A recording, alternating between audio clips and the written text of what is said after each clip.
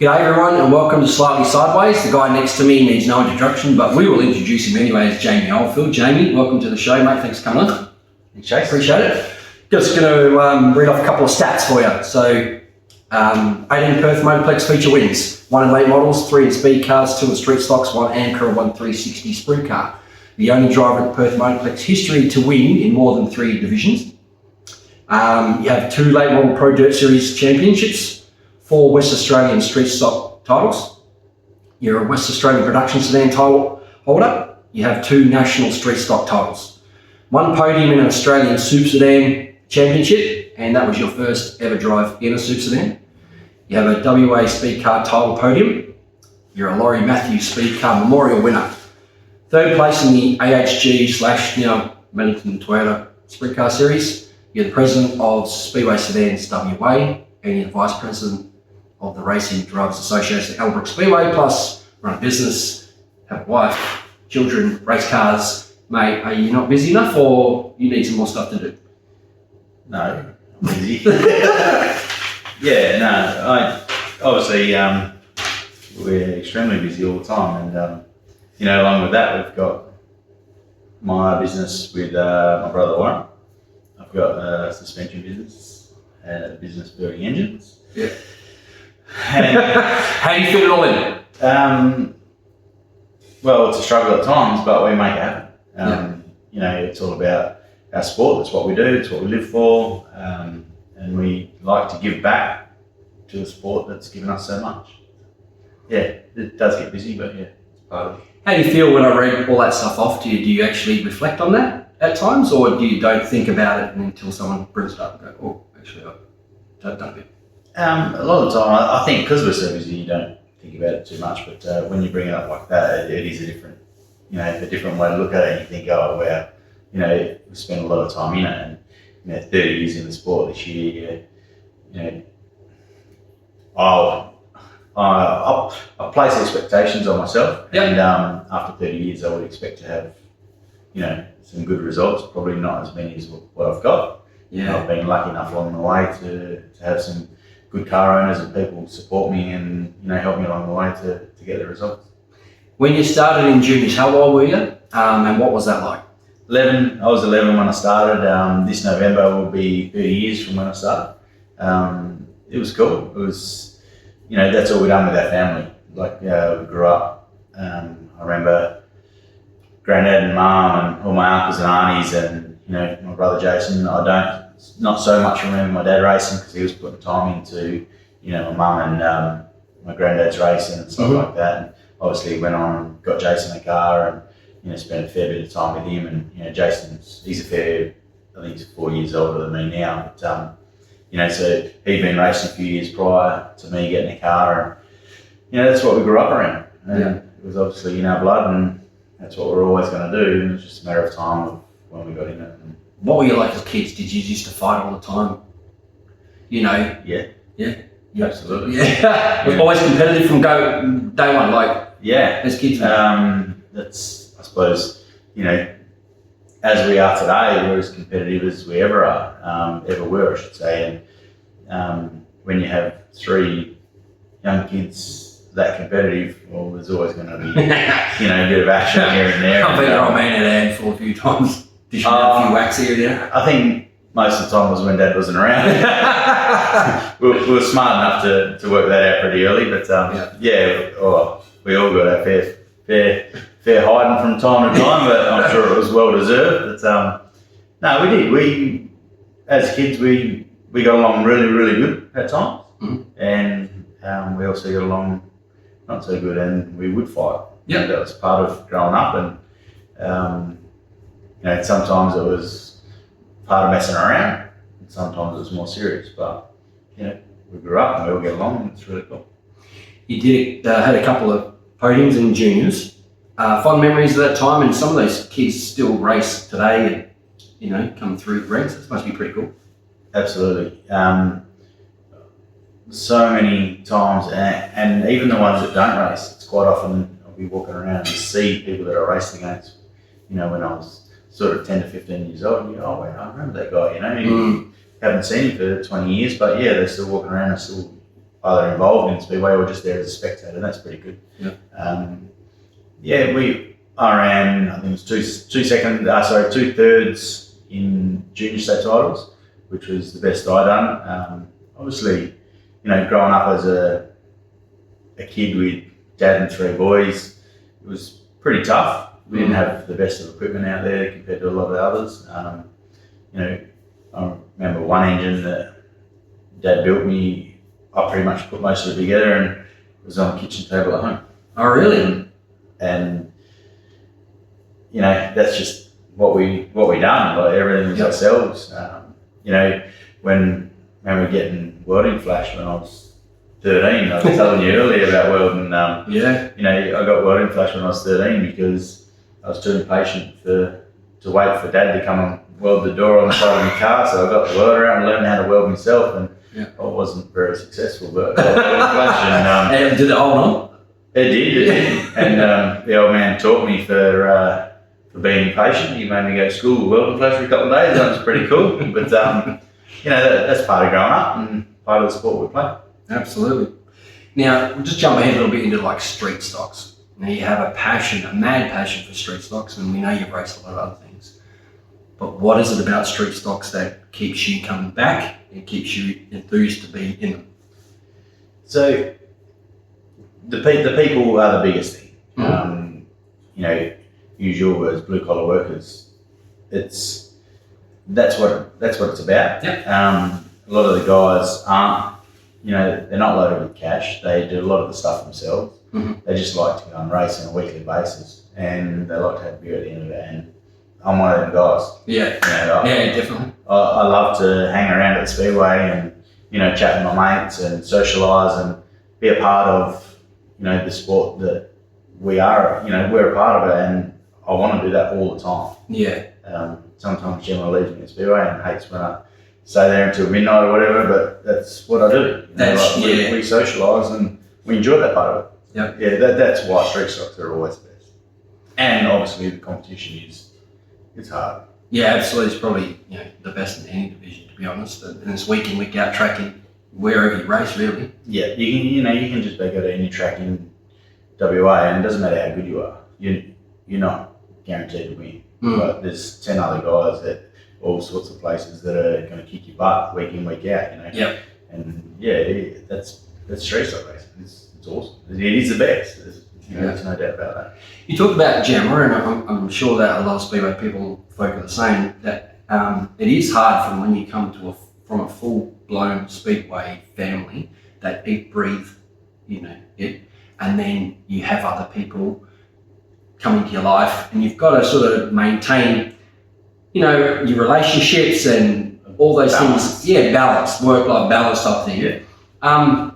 How does that work for you? Do you work on that quite a bit, or is that just like, that's just the way it is, and that's just me?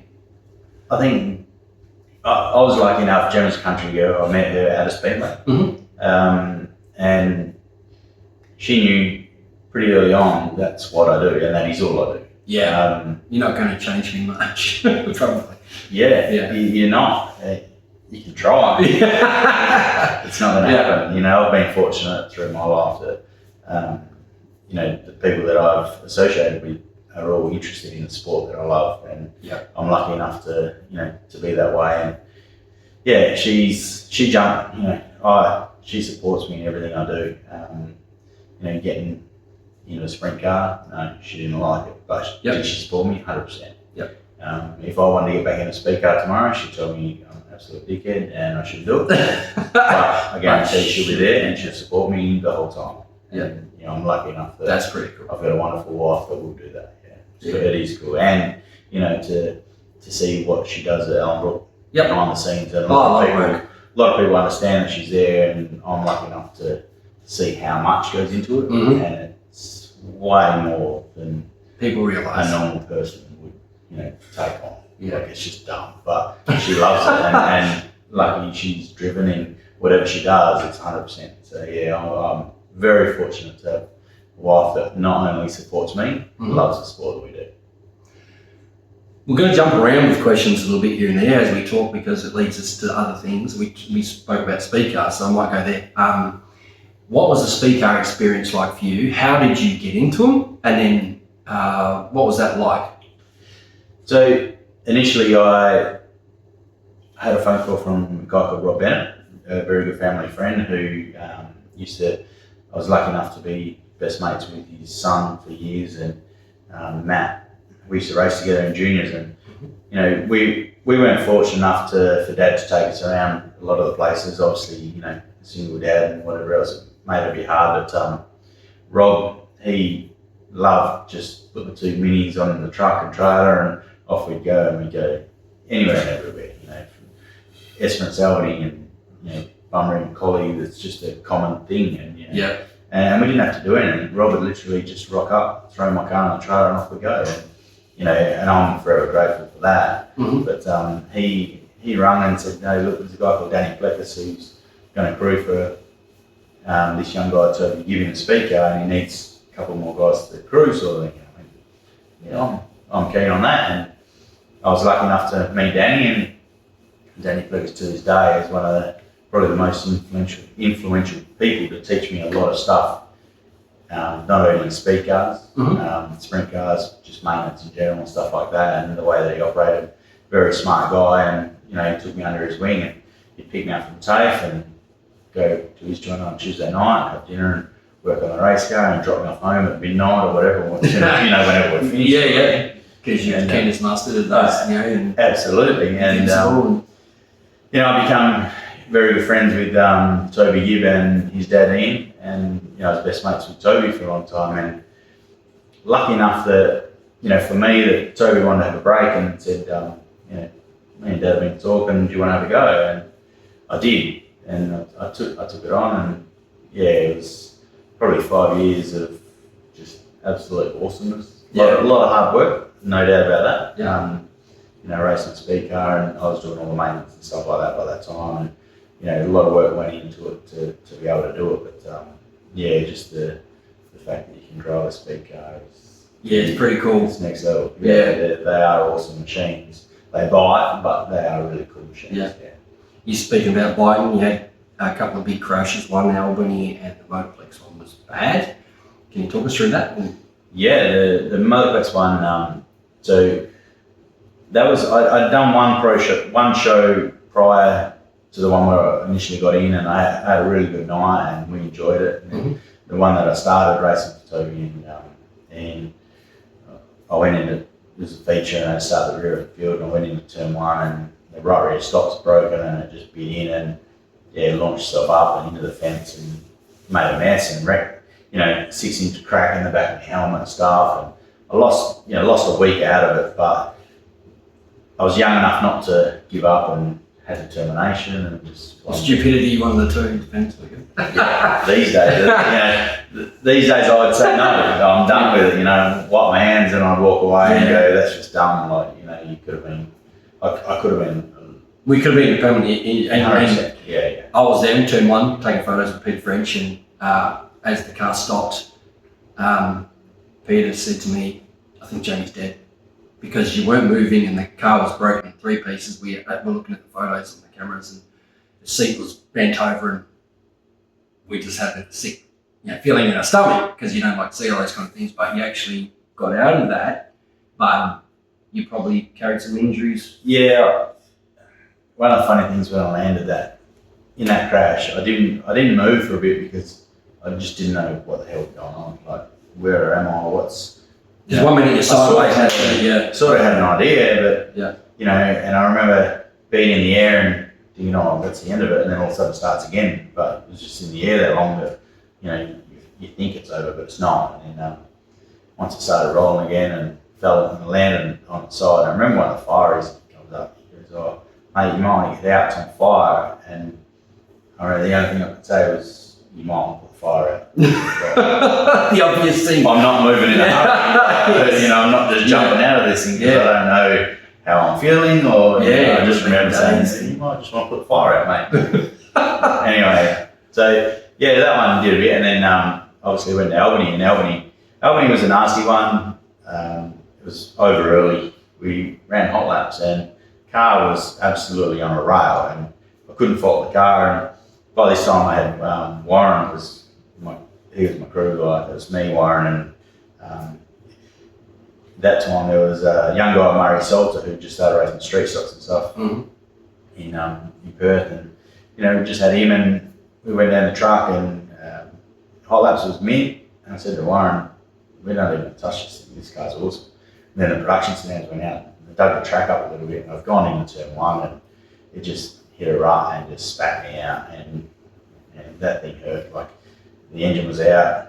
Oh wow! Literally moved forward and busted my legs, and yanked on my back, and I got hit in the back. With, the rear end had come up the side of the seat, sort of thing, and it made a mess. And it was like 8 years later, I've managed to find what's gone wrong in my back. I've been putting up with pain for the whole time.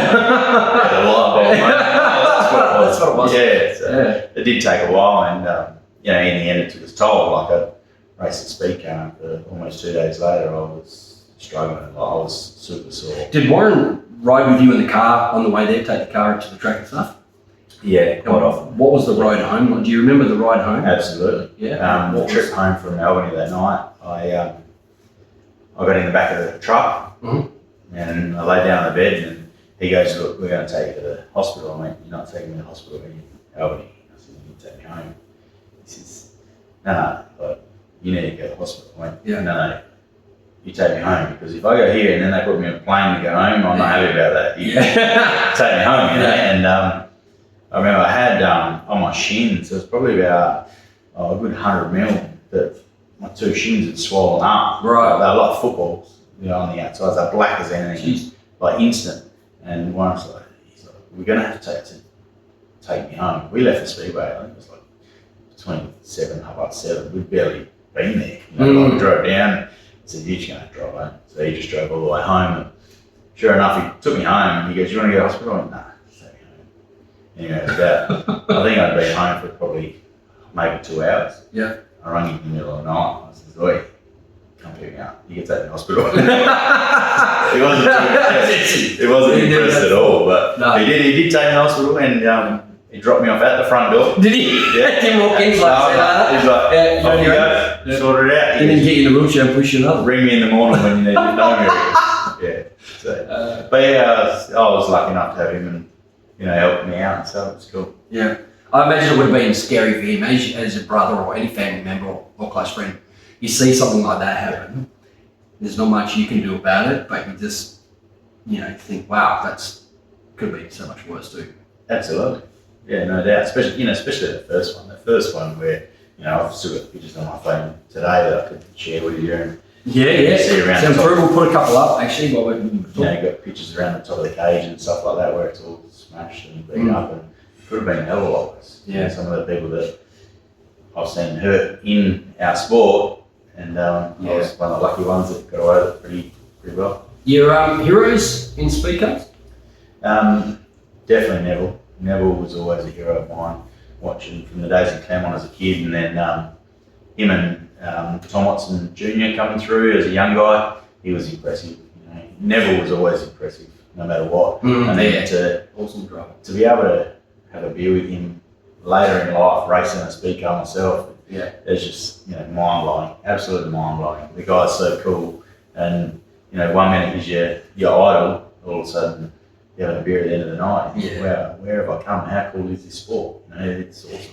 Because you don't get to do that a lot in other sports. Realistically, motorsport is probably, Speedway is one of them. I mean, you can't just always go to football and then rock up and play against the Eagles. You know what I mean? Yeah, it doesn't happen. 100%. We have that, Yeah, we are lucky enough to do that. If you can, and good enough, then... Yeah, for sure. And I think we're also lucky enough that, even if you're not competing against them, end of the night, you can still walk down and have a chat and say, "Hey, great night's racing," or whatever else. Yeah, get on. Whereas a lot of the other sport, even V8 supercars and stuff, you walk down and the driver's nowhere to be seen. Yeah. And that's one thing I like about our sport, is the fact that the drivers are there and they're available to a lot of the fans, and you can have a beer and a chat and whatever else. That's what makes the sport what it is. It's not always the racing, it's the people. Yeah, 100%. The people, to me, the people are our sport. That is what makes it, for sure. Yep. All right, we're going to take a quick break and thank some of our sponsors for Slightly Sideways. When we come back, we'll talk about street stocks, late models, sprint cars, anything else we want to bring up, and we're talking with Jamie Oldfield. What about maybe a microphone sponsor? Yeah, we definitely need a microphone sponsor because they blew up.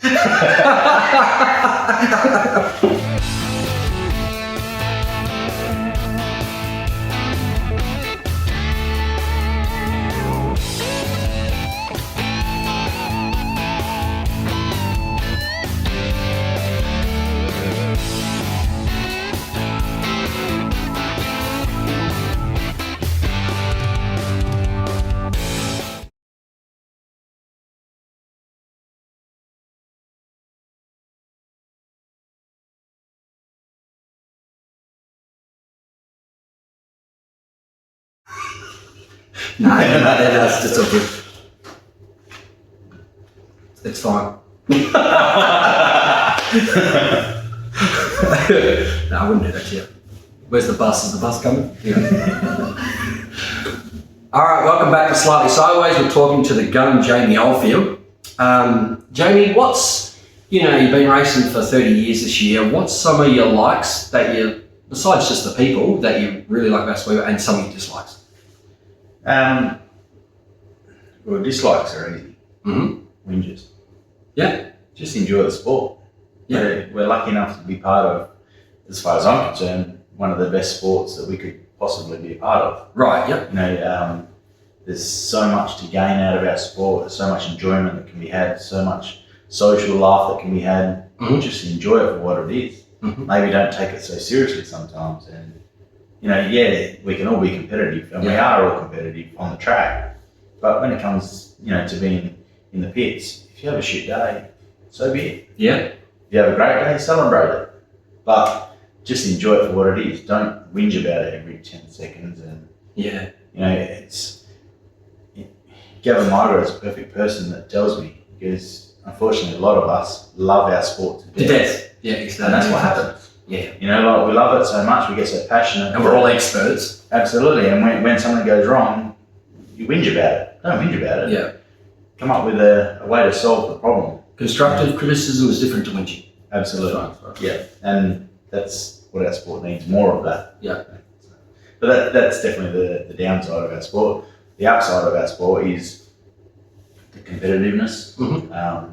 As you said, the people is the sport, and it's great.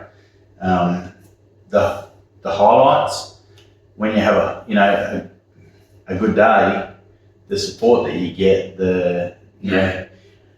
I suppose the adrenaline that's pumping at the same time, and because you can share that with everybody, don't you? It's not just you might win an Australian title or whatever it is, but you've got the trophy, but you're like, hey, the team won, and it's not me. It's everyone around, and they come and congratulate you. That's great, but you're like, I want to enjoy this win with everyone. Absolutely, and we celebrate with all our crew, and our crew, one day.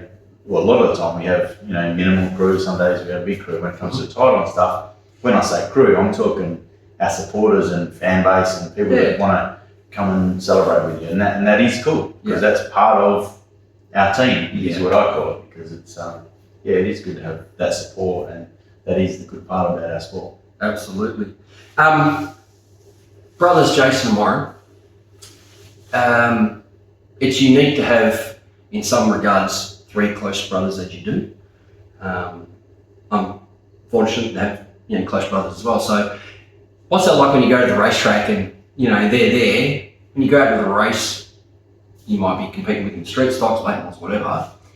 Are they really just another car, to be honest? And the question it's easy to say, but the question I think I'm getting at is, if let's say you're running second to Warren or Jason, it's a state title, 5 to go, they're about 3 car lengths ahead, or maybe, and you haven't really got the car to get them. Will you block? Will you make your car a bit wider? Will you do those things as well? No. No? No, not at all. Very rarely is there going to be the occasion that you can help your brother on a track. Very, very rarely. And you will do that. There's no doubt. I know that Warren's done that for me once, and it was a very critical time where I needed a restart. Oh, yeah. He might have caused it. No, and this is why we ask these questions, because people might not be willing to ask. As in, he was going to pull off the track. Instead of pulling off the track, he just caused stoppage. Okay, I'm thinking that could probably help. Yeah. I know that has happened, but generally, you're not going to block. If anything, you're just going to race hard. That's what you do. There's one Brian Rose, Jason beat me at, and I kicked myself, time and time again because, I opened the door, but, he came in at 100 mile an hour and we touched a bit more. yeah. Well, there's not much in it, but would I have done the same? And I go, I probably would have. Yeah. And when we get in, we're not dirty about it. We don't argue. That was racing. It was hard, solid, hard racing. Was I disappointed? Absolutely, because he beat. Yeah. But you probably wouldn't expect any less from him, especially absolutely. Any competitor that is as competitive as what the three of us are would take the opportunity, and I was more disappointed at the fact that I gave him that opportunity and he took it. And would I do the same? Would Warren do the same? Absolutely. Mm-hmm. Some of the races that we've had in the past have been absolutely awesome. Yeah. Did I take Jason out of an AMCAR race? Absolutely. Well, I was going to bring that to the next bit. It's like you've had your punch-ups with your brothers too, and I've seen some arguments between all three of you, and you've had I think punch-up Warren was trying to, what's that like? Like, okay, you have dramas with people anyway, but it's your brother. Yeah, but as I say, when you're on the track, you're racing hard, and that's how it is. And that day it was. I thought it was 50-50, but anyway, Jason didn't think he'll get his opportunity one day, so say what you want. Look, I was in, we'd worked our absolute butts off, and Jason was racing for his father-in-law, Sam Ludlow, in AMCAR, and Jason had a car that was probably, I'm going to say 80% complete, so we worked all week trying to get that thing together, and we got it together, and AMCAR rules made me start the rear for, they say 2 days, whatever, anyway. I started at the rear, and in my heat, qualified middle of the pack. Jason was clearly the one to beat on the day, and he got off to a good start, and I caught him, and I thought, I had 2 looks under him, and I got under him, and I thought, I might push a point this way. And went a little bit further, and we just touched. It wasn't much in it, but we did touch, and I thought, probably was my fault because I put my nose in there. He went around, and sure enough, he might have got collected by another car and done some damage, so he was out of the race. And then, anyway, we'd gone on, and they sent me to the tail, which I took, and I was driving back through the field, and then the car broke. It stopped. I can't remember, it was a coil shoot itself, something. It was something simple. Anyway, it stopped, so I robbed the infield. As I robbed the infield, the first person there was Jason. He's booted the door, and as I've got out, I'm like, here we go. It was on. It was, and luckily Warren was also racing AMCAR that day, and he was one of the first ones to be on the infield, and he was there enough to pull us apart. But that's what I mean. We do. We race as hard as race each other as hard as we do anyway. Yeah, that's for sure. Some fights you don't get broken up. There was one commentator that failed to break up a fight on the infield of the Moplex. So. He's bigger than me too. I couldn't stop it, old Benny. Jeez, Benny. That was a quite a different, incident. What was it like with that bit? Like you obviously had crashed in a sprint car, but you got penalised for that too, which you don't normally obviously get in fights and get penalised for.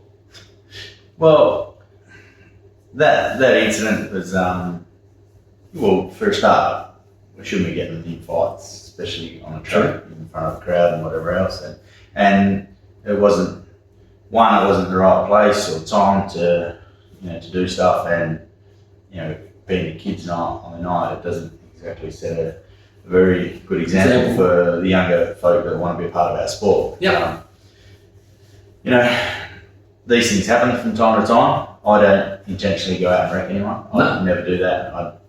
That's not me. I'm competitive as they get. I'm not interested in wrecking cars. I want to race as hard as I can and be as clean as I can. And I would hope that I'm known to be reasonably clean through my driving. But there was the one guy that we did come together after a restart. I didn't see him, but he rode over my right rear and took a big dump. And understandably, I'd be upset too if I took a big dump. And come and approach me and said some stuff that probably shouldn't have been said. And, Yep. um, That just obviously fired you up. absolutely fired me up. There's no doubt. But you know, I got out of the car and the threats that he made, and I said, well, why wait? Let's do it now and sort it out. Yep. And we did just that, I suppose. Not one of my greatest moments. Yeah. 100% understand that it shouldn't happen, but It's part of the sport. If people are passionate. it is part of being very passionate and It's hard to very keep it competitive. Yeah. And just, it's not so great when it's live aired on Foxtel and my brother seems to share it. Well, that's from broadcast stuff every 6 months or whatever. Yeah. You know, just something that you don't get. You know, I do get reminded very often Yeah. about that. Okay, we'll talk about the sprint car then. We'll just jump around. How'd you end up in Rod House sprint car? It's twice that I've raced a rod. Mm-hmm. The first time, I don't even know how it came about. I think at one point Jason was racing Rod House car and he didn't want to do it anymore. And Rod says, oh, do you want to have a go? And I hadn't really, at the time, I think I'd given my late model to Warren to race for a year and I just wanted some time out. And anyway, Rod said, oh, do you want to race this a few times? And sure, I'll just hop in and have a couple of goes. And Yep. but just more so to teach myself some different stuff and a bit of a challenge. And I'm definitely a person that accepts a challenge. Yeah, yeah. If someone says, you need to have a go at this, well, So you need to know, Yeah. I need to know what it is and how Yeah. it works. Yeah. and you know, I thrive on a challenge, I suppose. And you know, we had that opportunity with Rod, and obviously that time, that incident that put into it, and that got a 6 month holiday or whatever it was out of that, so we had to have some time off. And at the time I thought, you know, enough's enough. I've enjoyed it, but I need to set aside from this, and I can't do it. And then this time around, I'd sold my late model and made the decision that I'm going to have 12 months off sort of racing. And Rod just by chance, he called into work and said, well, instead of having 12 months off, how about you come and race my car? Again. And You're looking over your shoulder and who's this, you know, angel that keeps giving me race cars to race when I'm... essentially, yeah, but you know, I'm thinking, do I, don't I? It's a lot of work. And well, you know what? I'm gonna give it a go and try and have a crack this time. So put a lot more effort into it. I wanted to have a year off racing because I wanted to save some money and do some stuff and buy property with Gemma and whatever else. And So how did that go down like a lead balloon when you said, hey? no, it didn't go down. So not so much the go and racing part. Yeah. You know, the deal at the start was going to be that, you know, it was obviously not so much for me to put in, you know, rather than fund my own racing, I can drive someone else's car. But sprint cars, they just take up so much money. Yeah. They just consume. Because you need good gear. Let's be fair. You can be the best driver in the world, and if you haven't got good gear, you know. And at the start, the gear just wasn't as, you know, wasn't good enough. Yep. And I was lucky enough that Rod, he's as much of an addict as what I am. Mm-hmm. And he wants to go faster and better and whatever else. So he put in whatever he could. You know, at the same time, I knew that we needed spares and stuff like that. So I was gathering up spares and buying bits and pieces to try and make it so if we did rip a wing off, we had everything there ready to go and whatever else. And in the meantime, he's, you know, bought another engine to be faster and stuff like that. And, you know, I understand that he was putting in everything he could. I was trying to do everything I could, but at the same time, working on it, you know, 3 nights a week and going, it just wears you thin. Yeah. You know, it's all about money and time with them things. And when you're competing against cars that are the best of everything, with full-time crew guys that can just bolt everything together and have everything ready to go, it does make it hard. But you know, I enjoyed my time at Speedcar. Would I go back there? If the right deal came and I was to, you know, race for someone that I didn't have to put in that many hours to do it, because obviously, as you said earlier on, I am busy. It's very hard to find time to do that as well as what I already do. So, you know, if someone came along, I wouldn't say no. I'd certainly look at it, but for now, I'm pretty content racing gone back to the late model, which is the second best division in the Speedway. But yeah, no, I'm pretty content, and we're going to have a crack at that this year. All right, well, let's talk about the late model going back into this year, and then we can go backwards with other stuff, Brian Rose and all that. But what's the deal this year? What's your plans?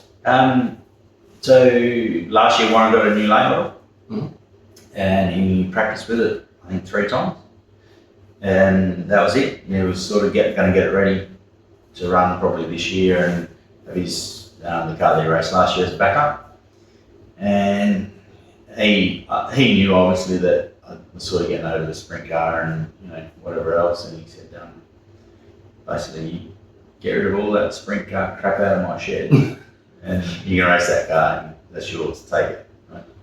Okay, deal. So that's what we've done. We've emptied the shed out with all the sprint car stuff, and we've got the new late model that Warren got, the XR1 Rocket. Gonna have a crack with that. So it's all been stickered up this week from Bottrell, and she's ready to go. Loaded in the trailer, ready to have a go last Sunday down, which was unfortunately rained out. What's the running gear in that you got? Why do you want to keep all that sort of? No, it's just an XR1 Rocket, pretty much the same as what Warren's been running the last couple of years. So it's got we're just running a little crate engine to start with. I'll probably build my own one up later in the year. As much as people think that they're hot-rodded crate engines, it's just a great engine off the shelf, and Warren has done an awesome job over the last couple of years showing people what they're capable of, and I envy him for taking on that challenge. The guy that had a late model car, like a top of the range car with one of the biggest engines around sitting there in the corner, and he says, no, I'm going to show people that this division is, you don't have to have a massive budget to be competitive and enjoy the sport, and he's done that, and he's done a great job doing it. So I'm going to join with him doing that and show more people that late models are, the premier division. Are you going to run the whole Pro Dirt series, or are you just going to sort of pick and choose a little bit? At this stage, we'll probably take on the whole Pro Dirt. If we have a couple of, I haven't had a really good look at the calendar, to be honest, but I plan on doing the whole Pro Dirt. But if there's have a couple of DNFs or anything silly early on, I'll change plans halfway through. We'll look at I think the 1st and 2nd of January, for example, there. Pro Dirt rounds at Bunbury and the Motorplex, yet I'd like to take my daughter to Esperance for the junior state title. So, if I have a shit run early, I'll take Kirsten down to Esperance and we'll do that rather than me go racing. But we'll just play it by ear. What's that like, being dad, building race cars for Bradley and Kirsten, and then, watching them race and develop and take them to the racetrack? Do you get a full different perspective of racing because you're doing that? Yeah, for sure. I started off front row national titles and been nervous. It's nothing compared to That's that right. the time that your kid rolls out on the track for the first time. You work on the infield at Ellenbrook, and the biggest fear is, I hope that kid doesn't run the infield officially. I think the fact that you're not in control and you've got a young kid behind the wheel, fresh. And you've done everything that you can to teach them how to drive and whatever else, but never ever been so nervous in my life as watching them kids go on the track. Oh man! I remember Brendan Nell telling me a story about Olivia, that he'd done all these things to get her ready. She went out, and then there was a yellow, and then he realised, I haven't told her about the cone. So she was driving underneath and she didn't know what to do.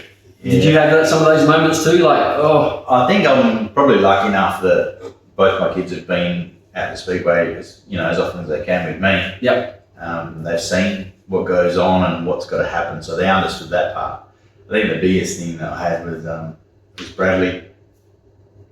His eyesight's not that great, and we didn't pick that up early in juniors, and we ended up buying. Obviously, myself and Warren are in business together, and we do everything together, sort of thing. So through work, we've bought. Don't just buy one plastic bumper; we buy a 10-pack because this kid's going through. I think it was 4 or 5 meetings in a row. The front bumpers were gone. What what's going on, mate? He goes, well, I didn't hit him.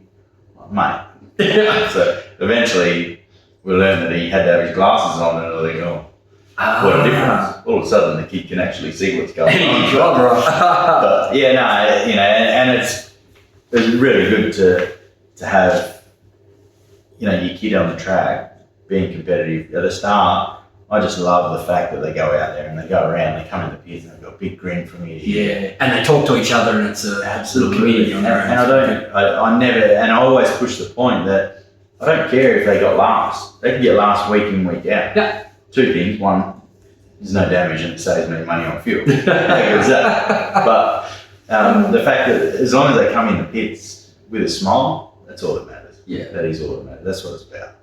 And it is cool. That is cool. Yeah. I'm going to jump back a little bit. It's been talked about, you've had interviews before in written about your 1, 2, 3 brothers at Bunbury. And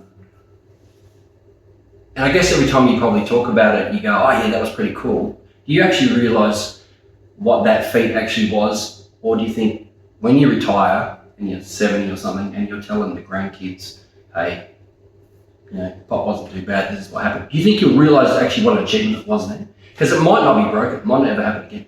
Yeah, I have thought about that. The fact that it's highly likely that it won't be broken again. And if it was broken, it'd be in some small division that runs in the middle of nowhere, and not affiliated and exactly doesn't right. matter. Yep. You're talking a division that on that day had 76 cars, you know, and first, second, and third. I do look back and go, how cool was that? And you know, the whole storyline behind it about the whole weekend sort of thing. That sort of thing that's burnt into my brain.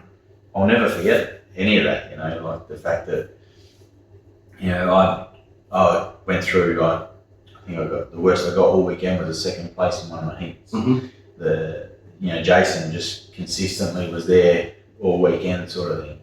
Warren was absolutely feral. Like he had, you know, he got screwed by stewards. I think 2 races in a row, and then the third race he just went nuts and essentially got suspended for 3 months, but got out of on technicality and got to start down the back of the field and come through to finish third. I think, well, the whole story of it, you know, that at the end of the race they try and take fuel out of his car to take a fuel sample, but because he'd driven it that hard and he changed the gear ratio so it was screaming its head off the whole race that there was not even a drop of fuel in the carburetor. You know, he literally run out across the finish line. Wow, I think, you know, everything just fell together to do it, and you know, they pulled our engines down to absolutely nothing. They wanted to take them back to a workshop. It's like, nah, let's do them now in the dirt. We couldn't care less, just pull them apart. Yeah, let's get it over and done with. Make sure they're right. Yep. Right here, right now, so we can all celebrate. Absolutely. It was a massive team effort. Well, let's do it, and they did, and they put them apart, and it was, I think we seen sun up, and it was a huge weekend. It was great, and that's a forever memory for sure. Yeah, one of the ones that you'll take to your grave very far. Oh, no doubt, and there's so much that went on that weekend that you just, I think at this point, because you do go back so often and, you know, revisit that weekend, you remember every detail. You know, like you could just about write a book on that weekend alone of the conversations and the people that you had a beer with and everything else. It's just, it's awesome.